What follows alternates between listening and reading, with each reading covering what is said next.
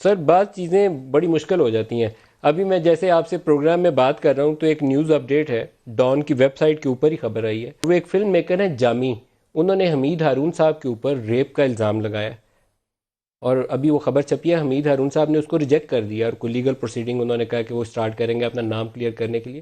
تو it's a serious charge. تو اس کے اوپر کوئی طریقہ کار قانون کے اندر کیا ہوتا اس میں دو اس کے پہلو ہیں جہاں تک میری یہ سمجھ میں ہے. میں سارے کیس کی پوری تفصیل تو نہیں جانتا، لیکن اوتھینٹسٹی ایک بات ہوتی ہے اور دوسرا ایک آئینی تحفظ بھی ہر ایک شخص کو ہوتا ہے پرائیویسی کا.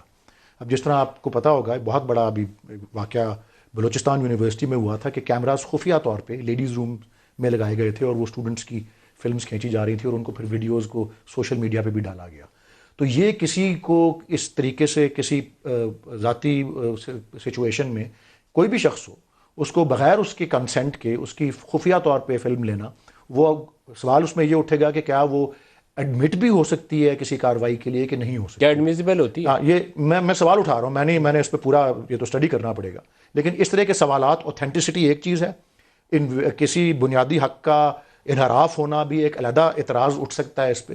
سو یہ بہت سے پہلو ہیں کہ جن کو مد نظر رکھنا پڑتا ہے. اور جج ارشد ملک کی ویڈیو ہے، پوری ریکارڈنگ ہے، وہاں پہ بھی یہ اپلائی کرے گا. اور ادھر بھی آئی تھنک جو سپریم کورٹ تک یہ معاملہ جا چکا ہوا ہے اور اس میں بھی ایویڈنس کے رولز کی اور ساری باتیں سپریم کورٹ نے تاکید کر کے سپرد کی ہیں متعلقہ اور عدالت کو. اس کیس میں جو میں نے ابھی مینشن کیا ہے یہاں کیا ہوگا؟ یہ ابھی آپ میرے سامنے یہ نہیں آیا، لیکن آپ نے ابھی یہ بتایا کہ اس طرح کی بات ہے. ظاہر ہے ایک شخص ہے جو الزام لگا رہا ہے اور دوسرا شخص ہے جو اس سے انکار کر رہا ہے. تو اس کا فیصلہ تو عدالت ہی کر سکتی ہے، شواہد کی بنا پر، کراس ایگزامینیشن پر، ڈاکیومنٹری ایویڈنس پہ، اورل آئی وٹنس ایویڈنس اور اس طرح کی